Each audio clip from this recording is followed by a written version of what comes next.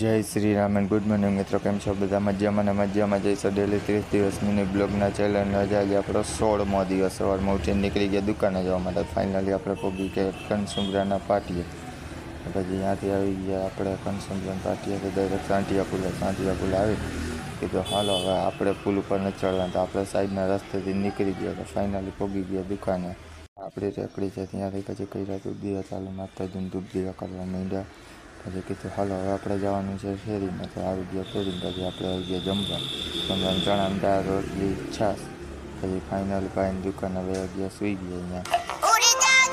હાલો ભાઈ આવીને કે હાલો ઉઠો કામ ચાલુ કરવું જોઈએ. તો એ કર્યું કામ ચાલુ. તો આપણે આવી ગયા પછી ફાઇનલી આપણી દુકાન આવી. પછી ગયા આપણે વાણાદારે દાટી કરાવતા. ફાઇનલી પછી બબી ગયા દાટી કરાવવા.